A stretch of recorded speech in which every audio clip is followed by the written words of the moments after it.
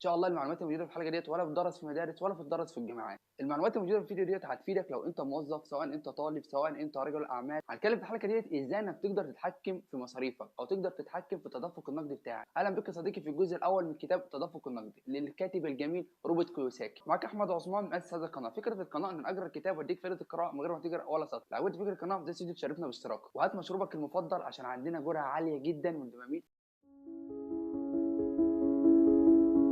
في مقولة أنا شفتها على التواصل الاجتماعي بتقول إن إحنا لو وزعنا الفلوس على كل الناس اللي موجودة على وش الأرض بالتساوي في خلال 6 شهور الغني هيصبح غني والفقير هيصبح فقير. يعني إحنا لو مسكنا الفلوس الموجودة في العالم دي كلها وزعناها على الناس كلها بالتساوي في خلال 6 شهور بس الفلوس هترد لأصحابها الأصليين تاني. أنا عايزك تركز في المقولة ديت بعمق جدا جدا جدا. طب هو إيه السبب؟ السبب ببساطة إن الفقير هيتبع نفس الأساليب اللي كان بيتبعها قبل كده مع الفلوس فهو هيصرف الفلوس بتاعته، أما الغني هيتبع نفس الأساليب اللي كان بيتبعها قبل كده مع الفلوس وهيقدر ان هو ينمي الفلوس بتاعته ويقدر ان هو يشغل الفلوس بتاعته. دي ببساطه خالص. فالمشكله عمرها ما كانت في كميه المال اللي هتكون معاك، المشكله كلها انت هتعمل ايه بعد الفلوس دي ما تجيلك. اكيد انت تعرف الناس ديت ورثت فلوس ياما، وبعد ما ورثت فلوس في خلال 5 6 سنين او في خلال سنه سنتين كل الفلوس اللي معاهم راح. يبقى احنا لو وزعنا الفلوس على الناس كلها بالتساوي في خلال 6 شهور الفلوس هترد لاصحابها الاصليين تاني. طب هتقول لي طب ليه؟ طيب اقول لك لان المستثمر عارف يعني ايه كلمه تدفق النقدي، عارف كل جنيه بيدخل في حسابه بيعمل فيه ايه وبيطلعه في ايه. لكن الفقير كل جنيه بيدخل عليه هو بيدخل من هنا ويطلع من جنب. التدفق النقدي ببساطه اي كميه مال بتدخل عليك انت بتعمل بيه ايه، يعني الفلوس اللي انت بتجيبها بتحطها فين او بتشغلها فين وبعد كده بتصرفها في ايه. يبقى التدفق النقدي هي الفلوس بتدور في حسابك ازاي،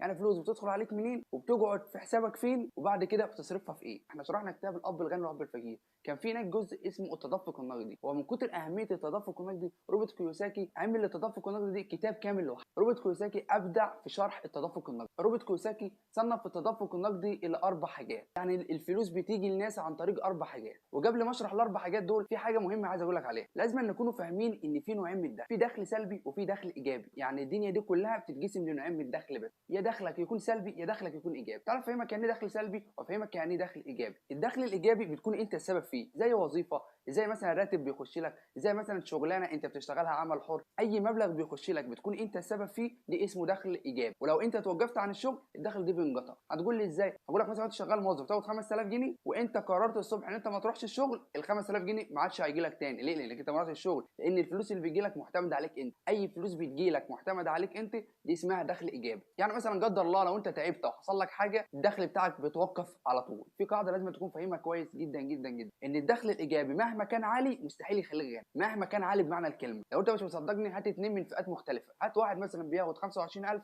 وهات واحد مثلا بياخد 5000 وتعالى هما الاثنين في نفس الشهر او في اخر الشهر اسالهم قول لهم الفلوس اللي معاك راحت فين، هتلاقي دي مديون وهتلاقي دي ايه مديون. يبقى مهما ارتفع الدخل اللي انت بتاخده من الدخل الايجابي مستحيل يخليك غني. وللاسف الشديد ان 80% من الناس معتمدين على الدخل الايجابي، يعني 80% من الناس اللي عايشين على كوكب الارض هم كلهم معتمدين على الدخل الايجابي. اما الدخل السلبي هو عكس الدخل الايجابي تماما، هو المال اللي بيدخل عليك من غير انت ما تعمل. يعني اي فلوس بتدخل عليك بس انت مش بتكون سبب في الفلوس دي، يعني انت مش لازم ان انت تقوم تعمل، او لو انت تعبت او حصل لك حاجه الفلوس دي بتنقطع عليك. هتقول مثلا زي ايه؟ اقول لك مثال مشهور جدا. لو انت عندك شقه دي بتاجرها مثلا بتدخل لك كل شهر مثلا 5000 جنيه وانت تعبت، هل ال 5000 جنيه دول مش هيجوا عليك تاني؟ هل الدخل ده هينقطع؟ هتقول لي لا الدخل هيتني مستمر عليا. هو دي اسمه الدخل السلبي، هو دخل بيدخل عليك بس انت ما تكونش السبب فيه. زي مثلا ممكن يكون عندك اسهم، ممكن يكون عندك شقه، ممكن يكون عندك مشروع قائم على نفسه، كل دي اسمه دخل سلبي. هو فلوس بتدخل عليك بس انت ما تكونش السبب فيه. انت قدر الله لو تعبت او حصل لك اي ظرف الفلوس ديت بتتني مستمره عليك وبتتني داخله في تدفق النقدي بتاعك. هو دي اسمه الدخل السلبي، هي اي فلوس بتدخل عليك بس انت ما تكونش السبب فيه. الغنى ببساطه هو مش انك تكون دخلك عالي، لا هو ان انت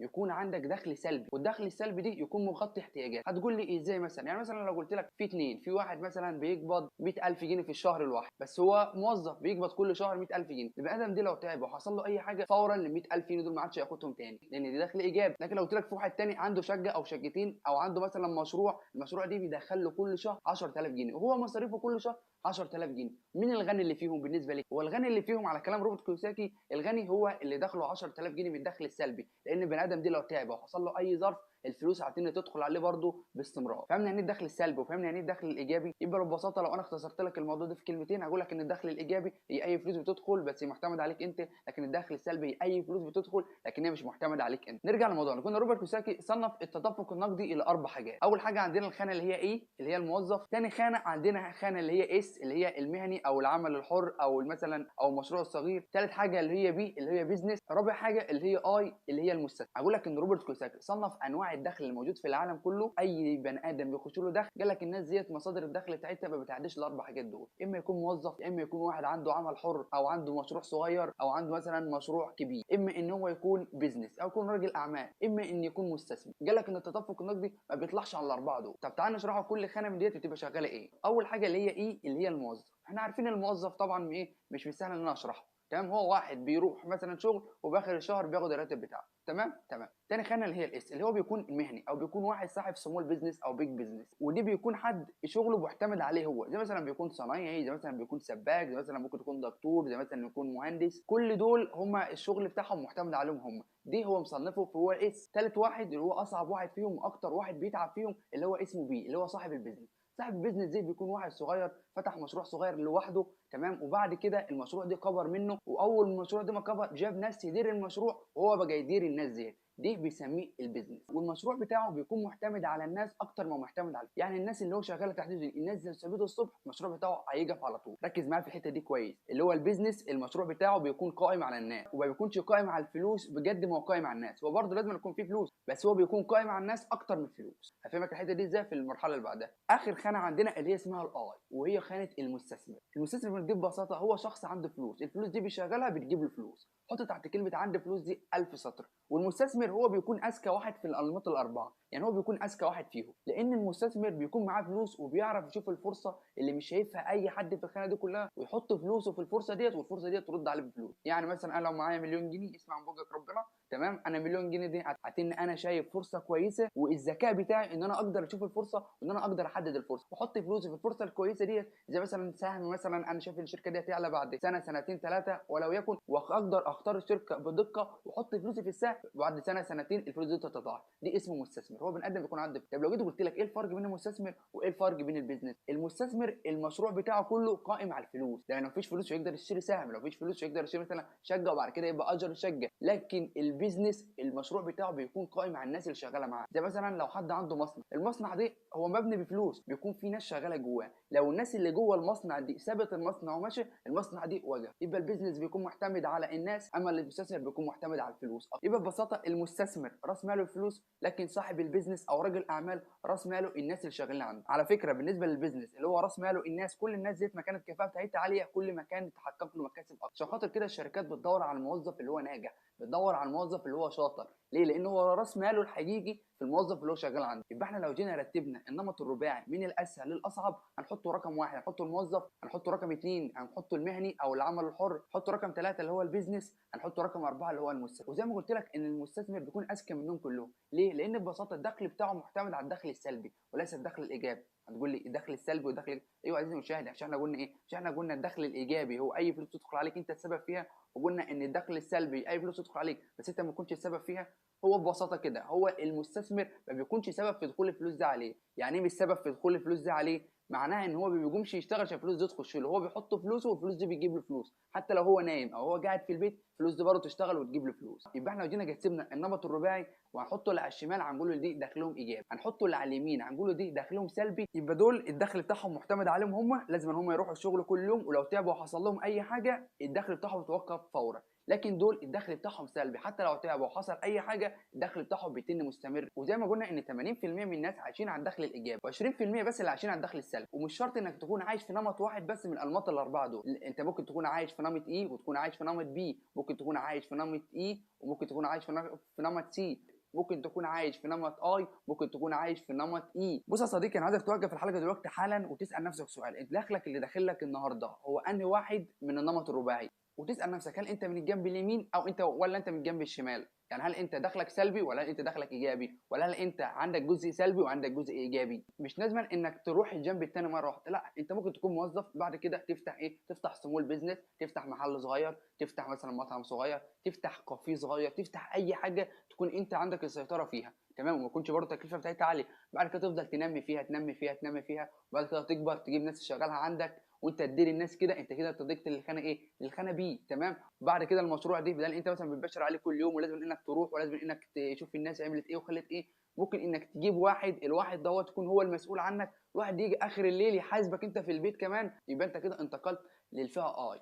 الفئه اي اللي هو المستثمر. تمام. تمام. فلازم تعرف انت واقف فين وانت عايز تروح فين. كان في جمله كنت انا قراها في كتاب بتقول لك لو انت ما كنتش عارف انت رايح فين ممكن تروح مكان ما يعجبك. يعني مثلا انت لو رحت ركبت قطر، تمام، وما سالتش القطر ده رايح فين، ممكن القطر يكون رايح مكان، المكان ده ما يعجبكش تماما. فانت لازم تعرف انت رايح فين وتحدد الهدف اللي انت عايز توصل له. وعايز افهمك بالنسبه للنمط الرباعي، كل فئه من النمط الرباعي ليها ناسها ولها التعامل بتاعها ولها الناس ولها طريقه تعامل، كل واحده اعتبرها هو عالم منعزل. في حاله انك تنتقل من خانه لخانه ثانيه، الموضوع مش سهل مش زي احنا ما بنقوله كده، الموضوع بيحتاج منك مجهود بجد، محتاج منك شغل بجد. وصدقني انت لو فضلت تقرا كتب من هنا لبكره او فضلت تسمع تلخيص كتب من هنا لبكره، تمام، او من هنا ل 100 سنه قدام وما خدتش خطوه ملهاش اي لازمه. يعني انت الكلام اللي انا بقول لك ده لو انت ما نفذتوش او انت ما خدتش بيه حتى ولو 10%، فاقفل الفيديو وما تشوفوش تاني. ليه؟ لان هنا مش عشان خاطر ان انا احفزك واقول لك اعمل او خلي، لا، انت لو فعلا نفذت الكلام اللي بقول لك عليه دوت والله العظيم لا تدعي لي، لان انا بنجيب لك كلام اثرياء،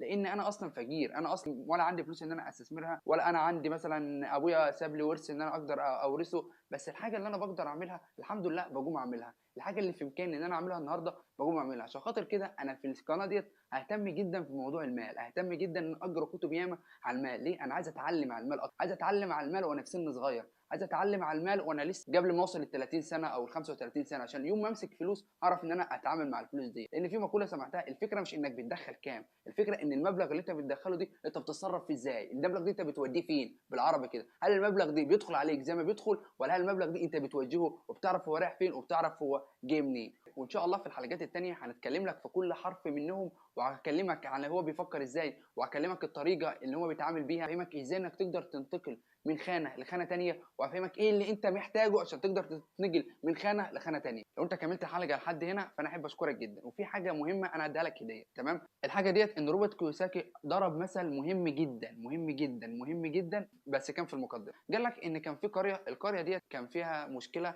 ان هم كان عندهم مشكله ازاي يقدروا ينقلوا ميه من القريه لحد المكان. يعني القريه دي ما كانش فيها ميه ولا كان فيها اي حاجه، كانوا عشان خاطر يشربوا او ان هم يستعملوا ميه كان لازم يروحوا في قرى في ريحهم كده او في بحيره في ريحهم ينجلوا ميه. فالناس دي قررت قالوا احنا بدل ما ننجل ميه كل يوم واحنا ناس اصلا معانا فلوس، احنا هنجيبوا اتنين نرشحوهم، الناس الاثنين دول يكونوا مسؤولين ان هم يجيبوا لنا ميه. هتقول لي طب ليه اتنين؟ ليه ما رشحوش واحد؟ هقول لك ان هم قالوا الاثنين دول هيتنافسوا مع بعض. يعني الاثنين دول اول ما يتنافسوا مين المستفيد؟ اللي هم اصحاب القريه، هيرخصوا عليهم الميه، إيه مثلا لو واحد تعب وحصل له حاجه الثاني هيكون يشتغل مكانه. المهم فعلا هم جم مرشحوا اثنين، مثلا تخيل ان واحد اسمه هاني وواحد اسمه علي مثلا، يعني تمام تمام. المهم هاني اول ما ترشح وخد الشغلانه راح جاب معون اللي هو بينقل عليه ميه، وراح جاب يملى ميه على كتفه كل يوم وينقل الميه من البحيره ينقلها لحد فين؟ ينقلها لحد القريه، ويصحى كل يوم بدري قبل الناس ما تصحى ويروح ينقل الميه عشان خاطر الناس لما تصحى تلاقي الميه موجوده، وكان بيبيع لهم الميه دي. لكن علي اختفى تماما، ما عادش لاقيينه، فضل يوم اتنين تلاته اربعه شهر فين علي؟ ما عادش موجود. المهم هاني انبسط جدا لان هو ملوش منافس، قال لك خلاص انا كويس ان هو مشى او شاف له شغلانه ثانيه، شكله مشى انا هشتغل لوحدي. وكان فرحان جدا جدا، وكان كل يوم بيصحى بدري ويحول ميه زي انا ما قلت لك، تمام تمام. المهم راح علي واختفى 6 شهور، واهل القريه كله قالوا اختفى وراح فين وجي منين. المهم راح وفضل يخطط يقول ازاي انا اقدر انقل ميه من البحيره ديت لاهل القريه من غير انا ما اشتغل او من غير ان انا اشيل ميه كل يوم واصحى بدري لاخره. المهم راح في قرى جنبه وراح وقعد مع مهندسين قال لهم احنا عايزين نعملوا خط مواسير، الخط المواسير دي هناخدوه من البحيره نوصلوه بايه؟ بالقريه. فضل يجي 6 شهور شغال على المشروع ينفذوا على الورق. وبعد 6 شهور جه لاهل القريه قال لهم انا جبت لكم مشروع وهبيع لكم الميه ارخص منه بنسبه 75%، والميه اللي انا هقدمها لكم هتكون انقى، والميه اللي هنجيبها لكم هتكون متوفره على طول. قالوا له انت هتعمل ايه؟ قال لهم انا هجيب لكم خط مواسير من هناك لحد ايه؟ لحد هنا. وفعلا جام وكان عامل شركه، تمام، وراحوا نفذوا اللي هو خط المواسير من البحيره لحد الايه؟ لحد القريه. اصبح كده اللي هو هاني اصبح ان هو بقى في منافسه عاليه، اصبح هاني ان هو بيشيل الميه كل يوم، اصبح ان الميه دلوقتي بتتباع بكام؟ بتتباع بخصم 75%. اضطر هاني ان هو يعمل خصم 75% زي مين؟ زي علي. وفعلا عمل خصم 75%، وبقى كل يوم يصحى الصبح بدري جدا عشان خاطر يقدر يشيل ميه ويقدر يحولها. اما علي فضل شغال 6 شهور وعمل خط انابيب، والخط يبقى ينجل من هنا لهنا، وهو ما الا ياخد الفلوس فقط لا غير، ولا شغال ولا حاجه، هو قاعد بيدير الايه، بيدير المشروع بتاعه. القصه اللي قلتها لك دي معنى كلمه التدفق النقدي. التدفق النقدي ان انت يكون عندك نظام، النظام دي يكون شغال من غيرك حتى لو خد منك وقت، وساعتها هيدخل عليك اضعاف اللي هو كان بيدخله قبل كده. يبقى احنا عندنا علي عمل تدفق نقدي ان هو عمل خط مواسير يربط ما بين هنا وما بين هنا، تمام، والخط دي هو شغال وهو نايم في فلوس بتدخل له. لكن التاني هيتن طول عمره شغال ينجل ميه على كتفه، وهيجيب عياله يشتغلوا معاه، وهيجيب ابوه يشتغل معاه، لان هو مش هيقدر ان هو يلاحق على كميه الميه اللي هي مطلوبه منه. وفعلا فضل شغال طول عمره. اما التاني عمل تدفق نقدي، ومع الزمن دي هيبطل الشغلانه خالص، والتاني هيفضل الفلوس تخش عليه. وبعد كده راح علي وقال لك الموضوع دي اكيد في كره ياما بتشتكي من نفس المشكله، وراح دور على الكره اللي حواليه وعمل النظام ده في اكتر من قريه، وفعلا حقق نجاح جامد جدا، وبقى بيدخل ملايين، بيدخل اللي هو ارقام عاديه، لا بقى بيدخل ملايين. ليه؟ لانه بقى عنده نظام، بقى عنده بدل القريه 10 او 12 او 15 قريه، 15 قريه دول بينجل لهم ميه وبياخد منهم فلوس على ثمن نجلان الميه دي. اما التاني لسه شغال زي ما هو، بيصحى الصبح ينجل ايه، ينجل ميه. فانا لو اختصرت الموضوع هقول لك ان علي هو الجنب اليمين، واقول لك ان هاني هو الجنب الشمال.